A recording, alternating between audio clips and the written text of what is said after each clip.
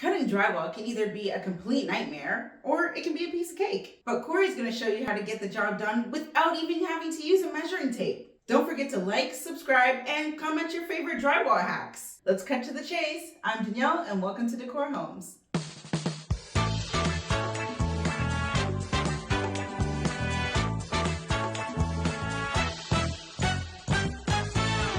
Believe it or not, installing drywall can be quite a breeze. Measuring everything out and cutting everything out sometimes isn't quite the best way to go. For instance, in this case, we had an extra piece of drywall. The wall is only so big, and it's bigger than our wall. This was just a clear example of how you don't have to mark off every measurement that you make. You could actually slap the drywall up, cut it to size, you crack it, you take off the difference. Your first piece is done, okay? So this is the way construction was done back in the day. There were measurements, but a lot of it was just cut by making sure that things are level, making sure that things are cut to size, and in a lot of cases, this is the quicker way of doing things. I do my trim carpentry like this, I do my drywall like this. The cost of drywall compared to the cost of drywall installation, drywall is like 1/10 the cost of its actual installation. So it makes sense to learn that skill. That way, if there's any imperfections, you could be like, mix your little bit of mud, you patch it up, and be on your way. Instead of calling someone in to overcharge you to do a very small job. So we're just here to try to save you money. We're here to try to bring value to the table so that, say if you didn't have enough confidence to take on a job originally, you might actually think, you know what, I could do this. I saw Corey do it, and anything Corey could do, I could do. And that's the mentality I'm trying to push towards everyone.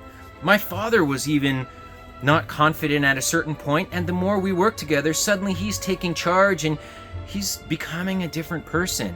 Because he's taking initiative and he's actually doing projects instead of asking someone else to do the project for them. When you do the job yourself, it gets done right away. When you ask someone to do it for you, you gotta wait, you're at the mercy of someone else's time. So let's get real. The bottom layer, I didn't know what height it was, but I saw that I needed to cut off what looked to me like 3/4 of an inch, and I just did it, and it fit like a glove. For the second piece, if you have a closer look here, I didn't just slap this thing on.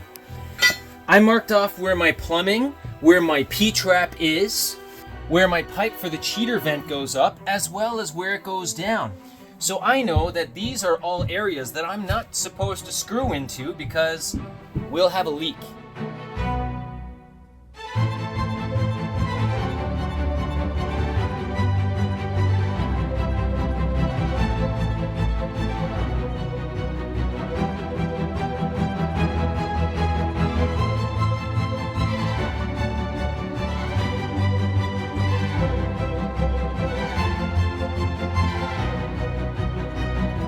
Once we go to put in the bottom piece, that's when you use your pry bar to just gently lift it up to height.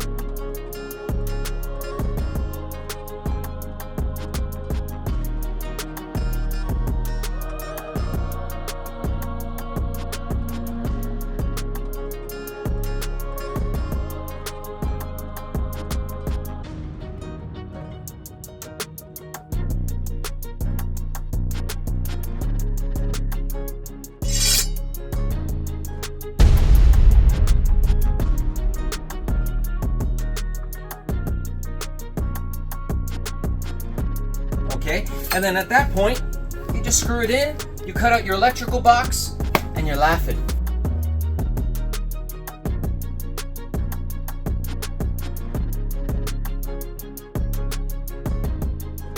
Once I put up my drywall, I had access from the back. My electrical box, all I did was I poked a hole at the top right corner. That way I knew where it was. And then from the other side, I just went and used my cutout tool.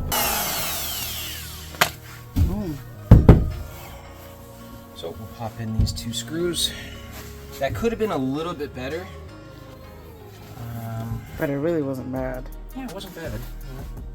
So I'm just reusing drywall. Keep in mind, whenever you have any holes that are in, they actually have to be pushed inwards, okay? Some of these ones are pushed out a hair. And all you need to do is take the metal part from your 6-inch blade and just push it in, okay? Just make sure that it's pushed inwards. Like for instance, this is a good example. When you go like this, it actually catches, right? You don't want it to catch because when you put on your mud, you want the mud to fill in. And you want to be able to fill in over and put as little as you can in the hole and nothing around here. So we just push all these in. And I use like a rolling technique, which is always worked. Pushing in a hole is okay? But the drywall pushed out is not okay. So now we're nice and flat. This is a little bit over here. See how there's a little bump there? So we just roll that in. Roll it in. This one is out a bit, roll it in. This piece of drywall is probably, depending on when you bought it, from like $8 to $14, depending on what COVID prices were. So being able to reuse this product is beneficial. And then when I'm filling in my holes, I'm still filling in the same holes, except there's just a few extras. Really no big deal. But now we were able to use all of our product, saving our client money. Like this stuff was just kicking around. One critical thing that you have to make sure you do is elevate your drywall from the floor. I just put a piece of drywall and I just slipped it under, and then once I put in my first 2 screws, I pulled it out, then I finished screwing in my board. Cement holds moisture. So what can happen is if the cement absorbs moisture, the moisture from the cement could actually go in the drywall or in your bottom plates. Over here, there's no vapor barrier like we had on this side. We framed this, there's a vapor barrier, okay? Over here, the framing is touching the floor directly. What do you see down here? To me, that looks like water absorption in the wood. If this would have had a proper vapor barrier under the bottom, then perhaps this water absorption wouldn't have happened.